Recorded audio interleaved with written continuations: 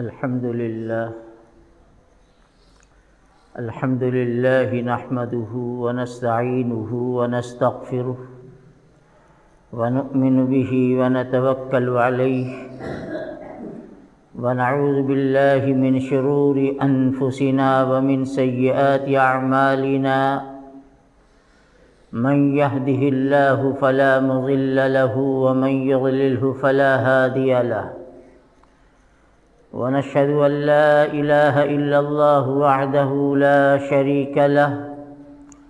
ونشهد أن سيدنا ونبينا ومولانا محمدا عبده ورسوله صلى الله عليه وعلى آله وأصحابه وبارك وسلم تسليما كثيرا كثيرا اما بعد۔ محترم بزرگوں اور بھائیوں، آج 26 جنوری ہے، یعنی ہندوستان کے لیے بڑا مبارک اور بڑا ہی تاریخی دن ہے۔ آج کے دن کو یوم جمہوریہ کہا جاتا ہے۔ عام طور سے آج کے دن کو لوگ خوشی اور جشن کے طور پر مناتے ہیں کہ آج ہمارے ملک ہندوستان کا یوم جمہوریہ ہے، لیکن بہت کم لوگ یہ جانتے ہیں کہ یوم جمہوریہ حقیقت میں ہے کیا۔ ہر ملک میں کوئی نہ کوئی ایسا دن ہوتا ہے جو جس سے اس ملک کی تاریخ وابستہ ہوتی ہے۔ ہمارے ملک میں 2 دن ایسا ہے جس سے ہمارے ملک کی ایک عظیم تاریخ جڑی ہوئی ہے۔ وہ 2 دن، ایک 15 اگست کا دن جس کو یوم آزادی کہا جاتا ہے، اور ایک 26 جنوری جس دن کو یوم جمہوریہ کہا جاتا ہے۔ جمہوریت کا مطلب ہوتا ہے ایک وسیع اتحاد کا، جس میں مذہب کی کوئی تمیز نہیں ہوتی، بلکہ ملک میں بسنے والے تمام مذاہب کے جذبات اور ان کی ضروریات کا خیال کر کے ایک ایسا پلیٹ فارم اور ایسا ملکی دستور بنایا جائے جس میں ملک میں بسنے والے تمام مذاہب کے لوگ چین اور سکون کے ساتھ اپنی زندگی گزار سکیں۔ سن 1947 کو ہمارا ملک 200 برس کی قربانی، جد و جہد اور طرح طرح کی مصیبتوں کو برداشت کرنے کے بعد سن 1947 کو ہمارا ملک آزاد ہوا، اور غلامی کی زنجیر جو اس ملک کے ہر بسنے والوں کے پاؤں میں پڑی ہوئی تھی، اللہ تعالیٰ نے اس غلامی سے نجات دے کر ہمیں آزادی کی زندگی نصیب فرمائی۔ میں اس تفصیل میں جانا نہیں چاہتا کہ ملک کی آزادی کے لیے کیسی کیسی قربانیاں دی گئی ہیں، اور ہمارے علماء، ہمارے اکابر اور بزرگان دین نے اس ملک کو آزاد کرانے کے لیے کیسی کیسی مصیبتیں اور پریشانیاں برداشت کی ہیں۔ ملک کی آزادی تو ملی ہے 1947 میں، لیکن 200 برس پہلے سے یہ کوشش، جد و جہد اور قربانیاں دی جا رہی تھیں۔ ملک جب آزاد ہوا تو اس وقت یہ بات سامنے آئی کہ ملک کا دستوری نظام کیسا ہوگا۔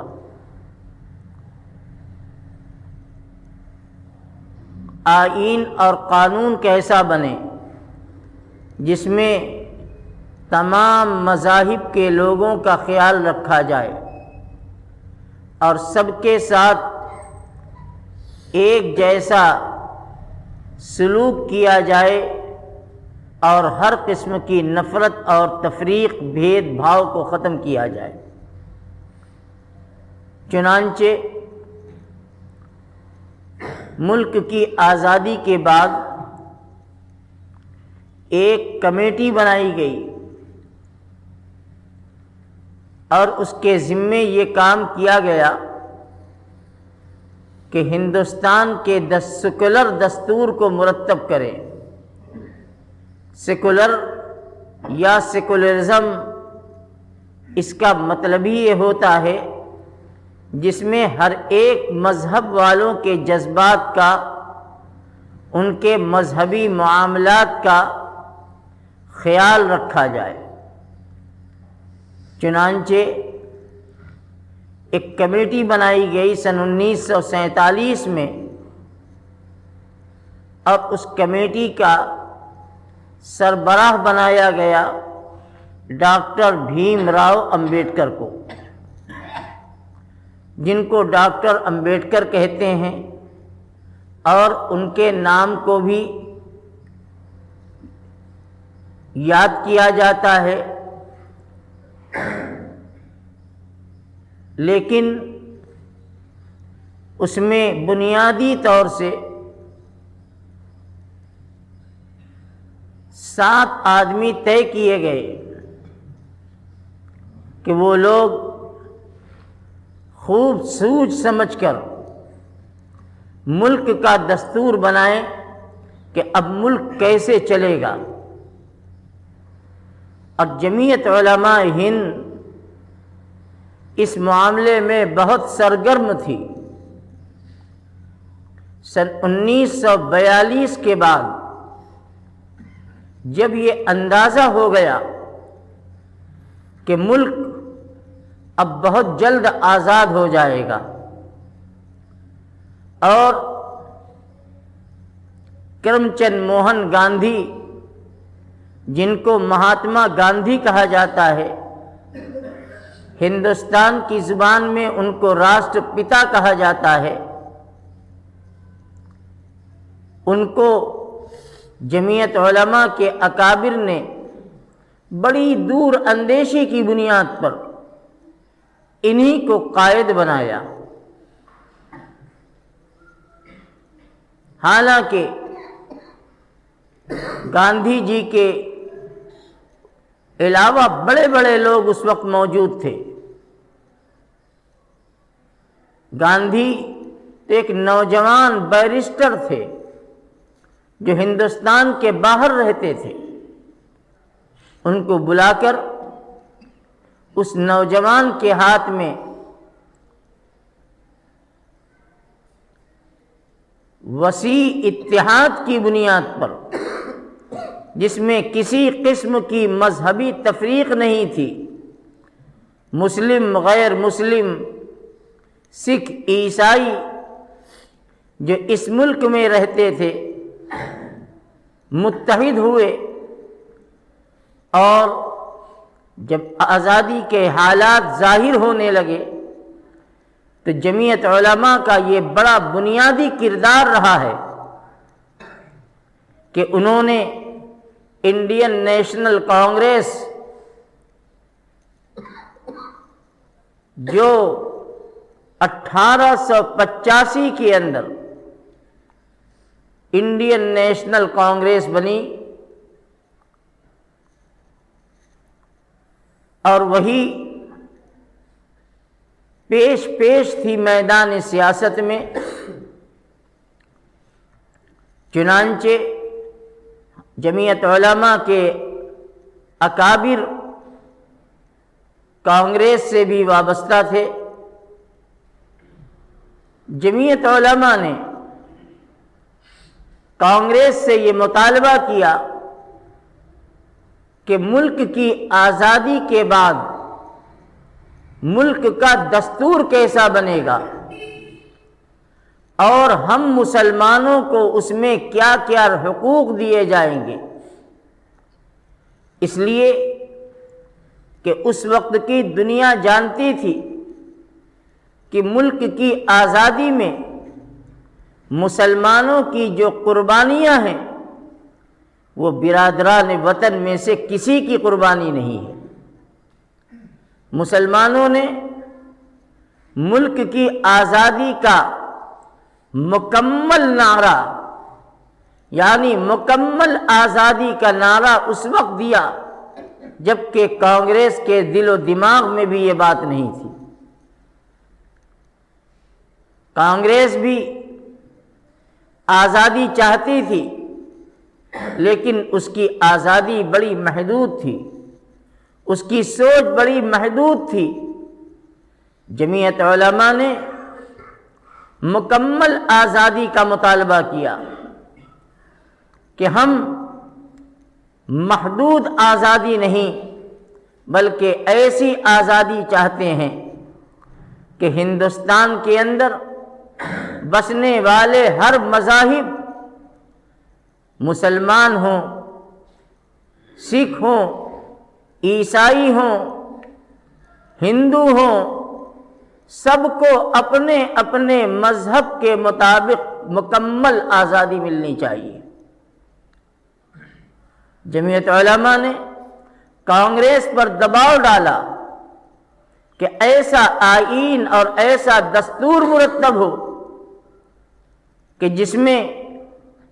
ہمارے ملک کے تمام مذاہب مکمل آزادی کے ساتھ بنا کسی روک ٹوک اور دباؤ کے اپنے مذہب پر، اپنے دین دھرم پر عمل کر سکے۔ ان کے مدارس، ان کی مساجد،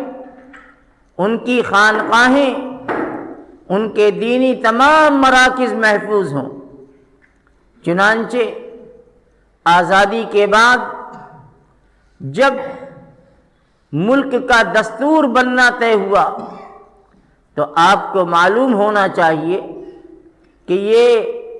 آئین ہند، یہ ملک کا سیکولر دستور، یہ ایک دن، ایک مہینے، 2 مہینے میں نہیں تیار ہوا ہے۔ تقریباً 3 سال لگے ہیں اس ملک کے جمہوری دستور کو بننے میں۔ 3 سال کی محنت کے بعد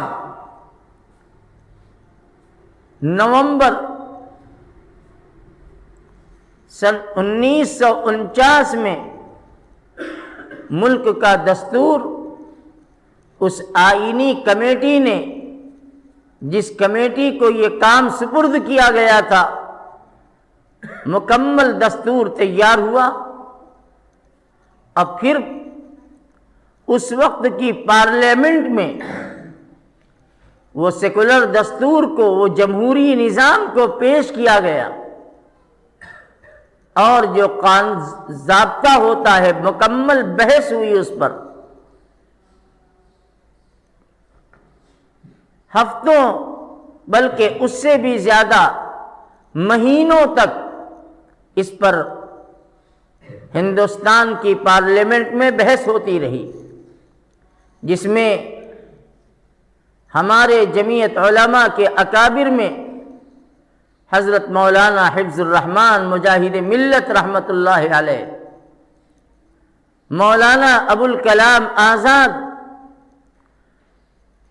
مولانا حسرت موہانی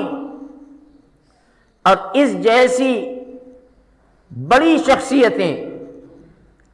جنہوں نے آزادی وطن کے لیے بڑی قربانیاں دی تھیں، ہندوستان کی پارلیمنٹ میں اس پر بحث ہوئی اور وہ دستور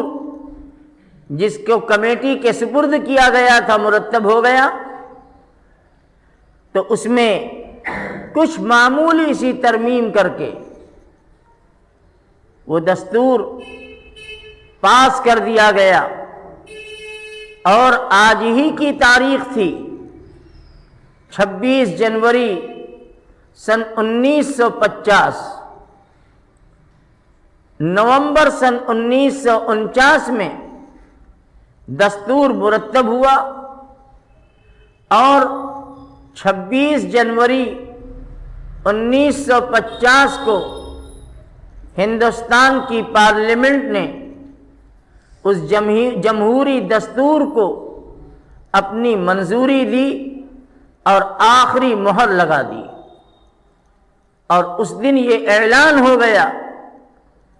کہ اب ہندوستان ایک جمہوری ملک ہے، یہاں کی حکومت جس کے بھی ہاتھ میں آئے، اقتدار کی کرسی جس کے بھی ہاتھ میں جائے گی، ہندوستان کی حکومت غیر مذہبی ہوگی۔ مطلب یہ ہے کہ کسی ایک مذہب اور دھرم کی پابند نہیں ہوگی۔ ہندوستان ایک گنگا جمنی تہذیب ہے، یہاں ایک دو نہیں 50 اِزم ہیں جو اپنے اپنے مذہب کے مطابق جیتے ہیں اور مرتے ہیں، اور ہر ایک کو سیاسی سطح پر مکمل آزادی ہوگی، اور ہمارا یہ ملک یوم جمہوریہ بنے گا۔ چنانچہ 26 جنوری سن 1950 کو یہ اعلان ہوا کہ ہمارا یہ ملک ایک جمہوری ملک ہوگا، اور بلا کسی تفریق بھید بھاؤ کے ہر ایک کے ساتھ حکومت وقت کی ذمہ داری ہوگی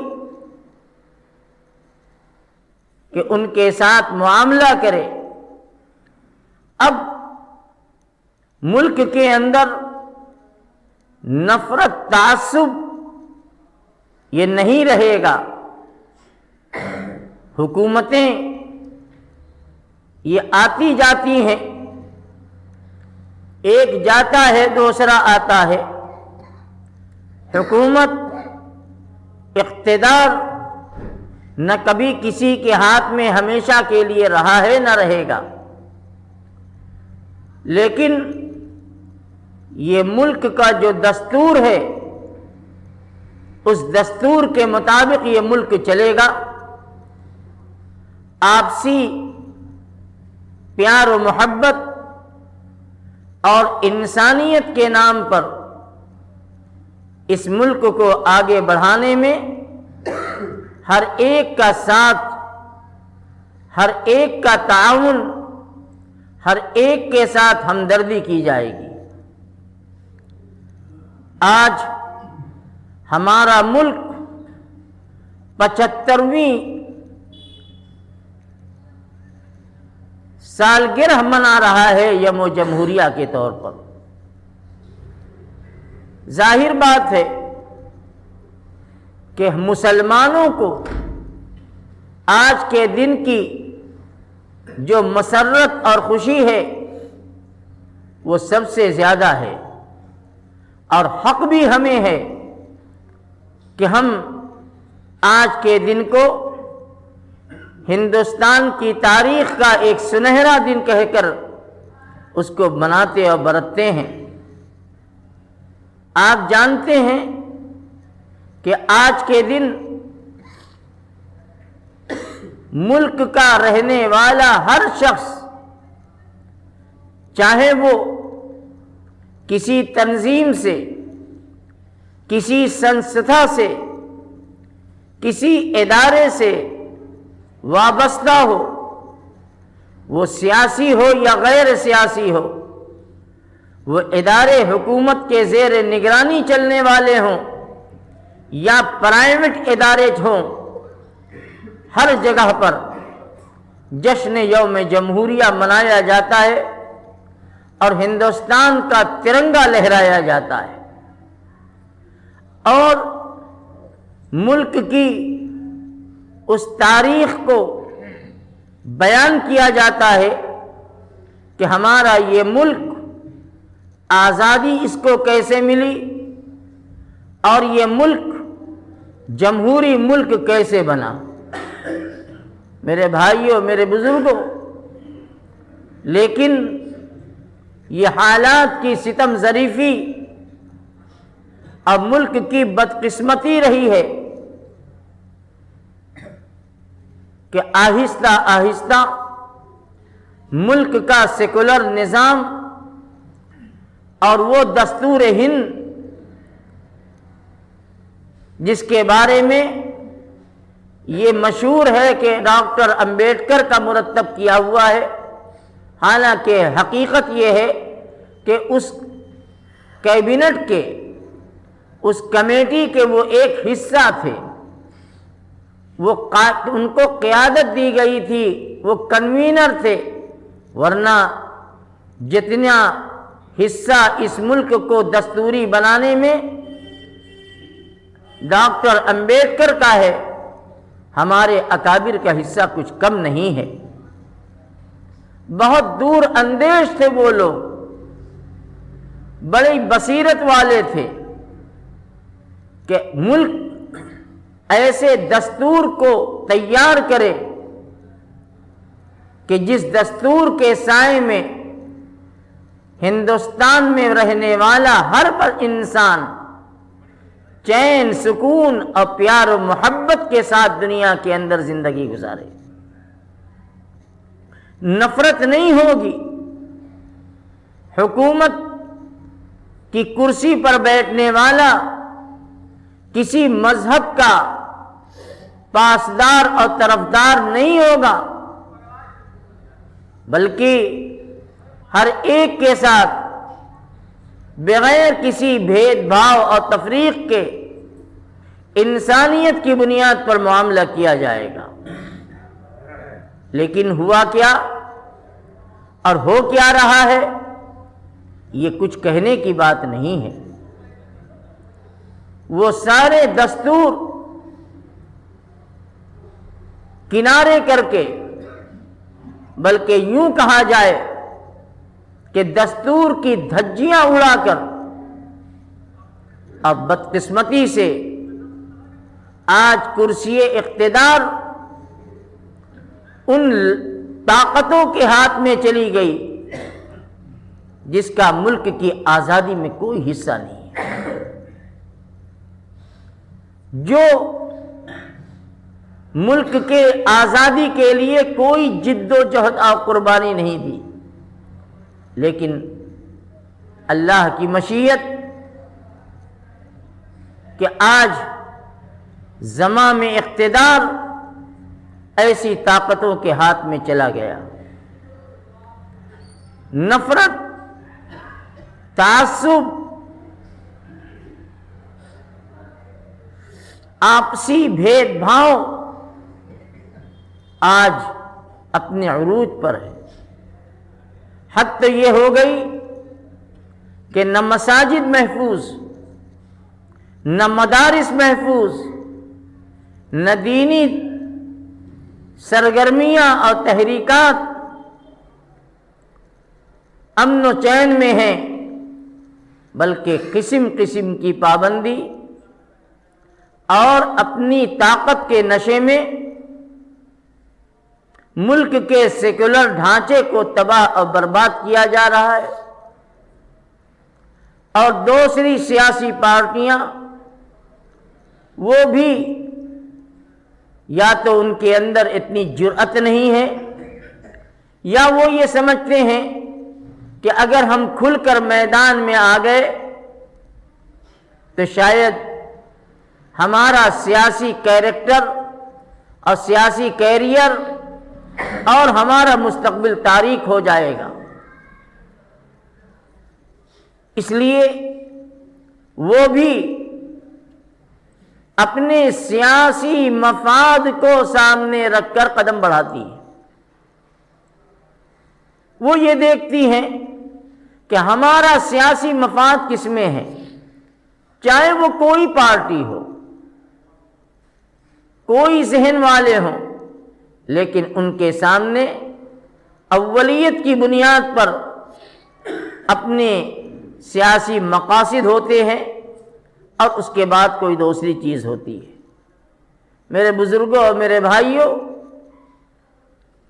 آج ملک کا ترنگا اور یوم جمہوریہ کا جشن کس طرح سے منایا جا رہا ہے؟ کیا اسی کا نام جمہوریت ہے کہ مسجد محفوظ نہ رہے، اسلامی ادارے سکون کے ساتھ اپنا کام نہ کر سکیں، مسلمان کا کی جان، اس کا مال،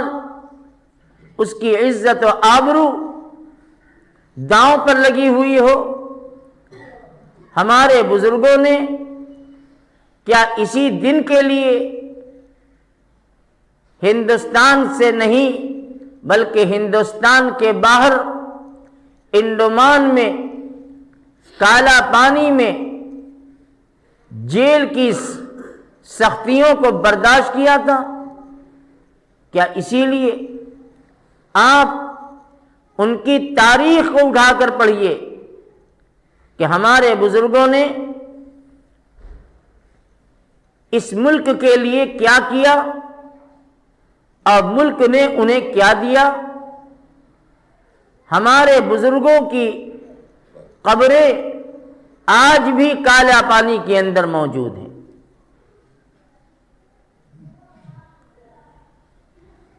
وہ قید و بند کی اذیتیں،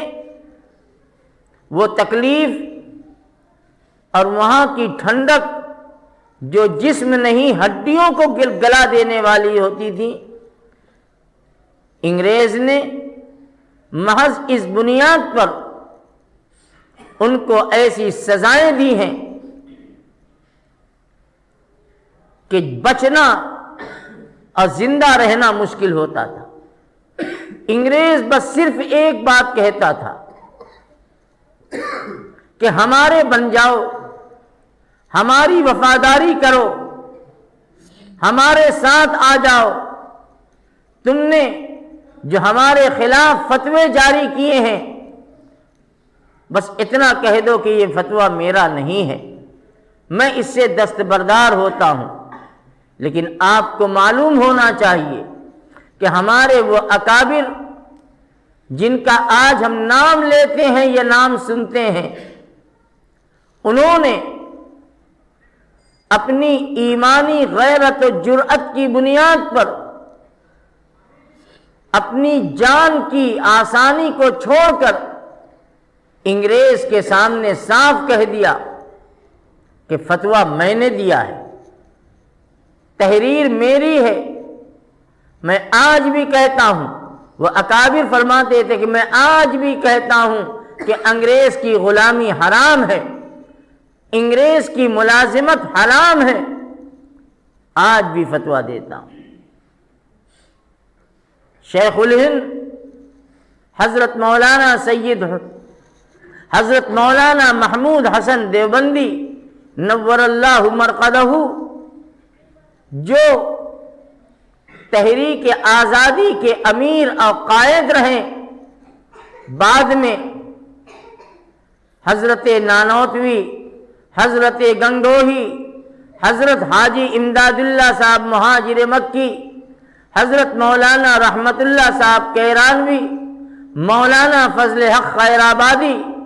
مولانا جعفر تھانسری، کتنے میں نام آپ کو گناؤں۔ ان کے بعد جب یہ اکابر اور یہ اساتذہ دنیا سے رخصت ہو گئے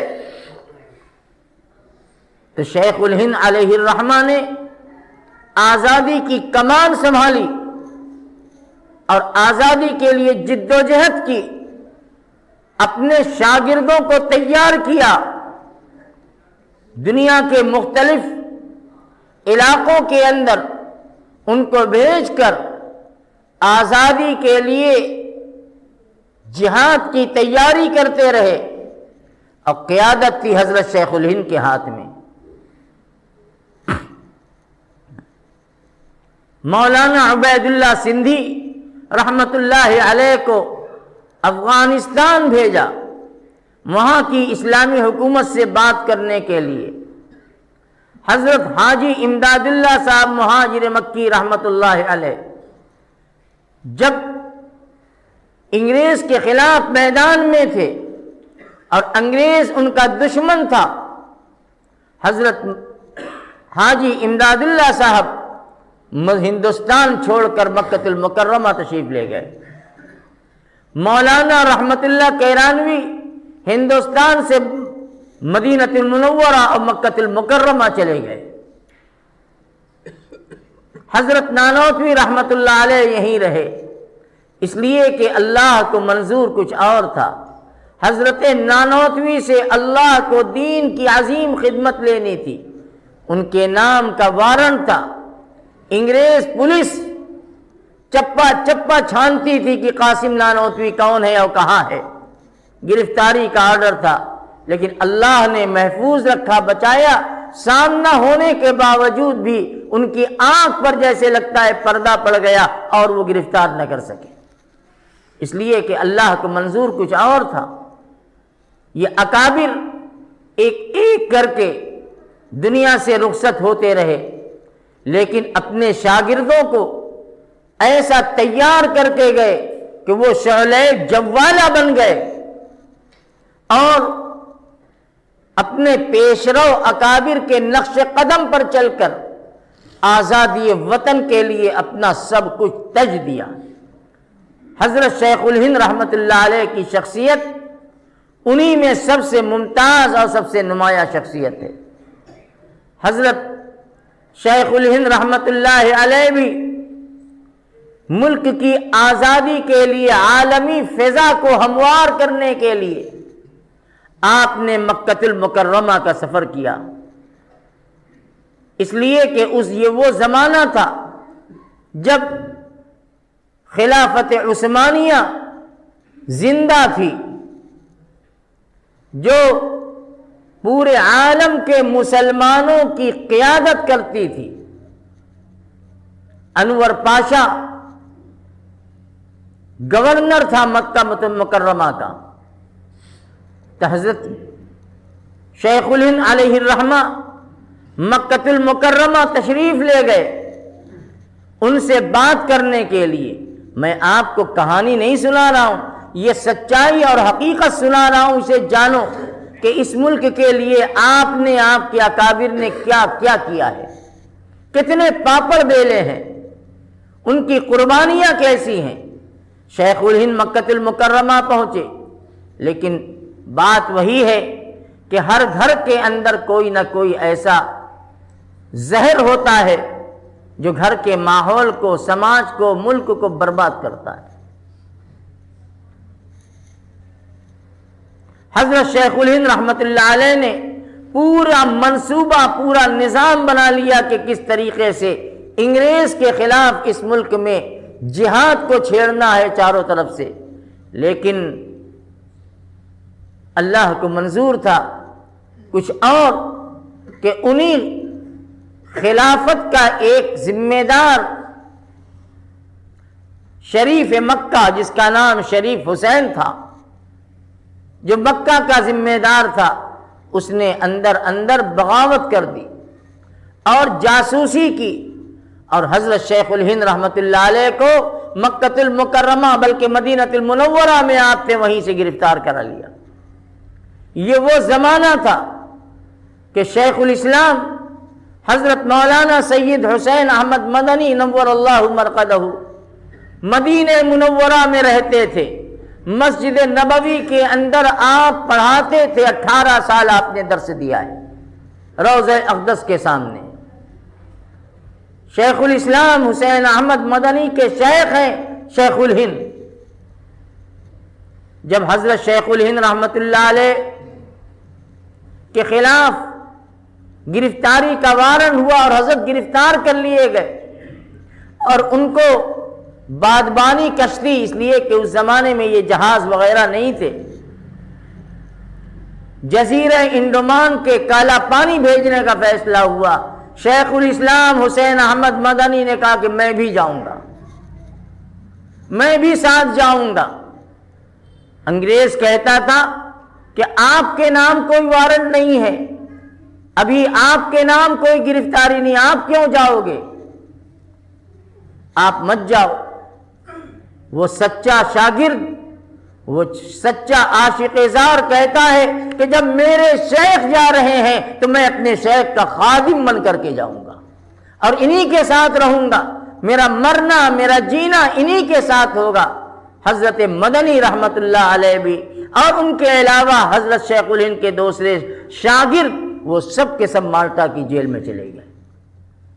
وہاں کی سردی، وہاں کی اذیت ایسی تھی کہ آج ہم تصور نہیں کر سکتے۔ آج تو جیل خانے بھی بہت طرح کے ہوتے ہیں، بڑے آرام دہ ہوتے ہیں، لیکن بڑی اذیت، لوہے کا کمرہ، لوہے کی سلاخیں اور اسی کے بیچ میں رہنا ہے، اور جیل کی مشقت برداشت کرنی ہے۔ جیل کے اندر انگریز کہتا تھا کہ محمود صرف تمہیں ایک مرتبہ یہ کہہ دو کہ یہ فتویٰ میرا نہیں ہے، میں انگریزوں کے خلاف بغاوت کو واپس لیتا ہوں، آج تمہیں پروانہ رہائی مل جائے گا۔ شیخ الہند جیسے مرد مجاہد نے کہا مر جانا منظور ہے، لیکن یہ فتویٰ میں اپنی بات سے پیچھے ہٹ جاؤں یہ منظور نہیں ہے۔ جان کو ہتھیلی پر لے کر اور سر سے کفن باندھ کر اس ملک کو آزادی ملی ہے اور یہ ملک جمہوری ملک بنا ہے۔ آج ہم اس جشن جمہوریہ کو منا رہے ہیں تو کم از کم ہمیں اپنے اکابر کی ان قربانیوں کو، ان تاریخوں کو یاد رکھنا چاہیے۔ یہ کوئی رسمی چیز نہیں، یہ تھالی میں سجا کر آزادی اور جمہوریت نہیں ملی ہے، بلکہ 200 سال کی اس کے پیچھے قربانیاں ہیں، اور لاکھوں انسان، جو لاکھوں مسلمان، جس میں 35 یا 40 ہزار علماء ہیں صرف، ان کو سولیوں پر لٹکایا گیا، جلتے ہوئے تیل میں انہیں تل دیا گیا، سور کی چربی میں لپیٹ کر انہیں مار دیا گیا،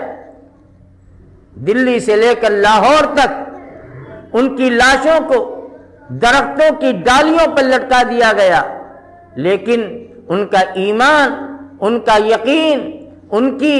وطن کے ساتھ محبت اور لگاؤ ایسا تھا کہ ساری مشکلیں برداشت کی گئیں، لیکن آزادی وطن سے جو ان کا ارادہ تھا اس سے ایک بال پیچھے ہٹنے کے لیے تیار نہیں ہوئے۔ اللہ نے یہ دن دکھایا کہ 1947 کو ملک آزاد ہوا اور 1950 میں ہمارا یہ ملک جمہوری ملک بنا ہے۔ ہم اس کے محافظ ہیں اور ہم اس کی حفاظت کرنا ہماری ذمہ داری ہے۔ میں نے شروع میں کہا تھا کہ یہ ملک کی بدقسمتی ہے کہ اقتدار کی کرسی ایسے ہاتھ میں ہے جو آج اس دستور ہند کو اپنے پاؤں تلے رون رہا ہے اور اپنی طاقت کی بنیاد پر خوشیاں منا رہا ہے۔ اللہ اس ملک کے اندر امن و امان، پیار و محبت کو باقی رکھیں اور اس ملک کی شرپسندوں سے، منافقوں سے اللہ پوری حفاظت فرمائے۔ وآخر دعوانا ان الحمد للہ رب العالمین۔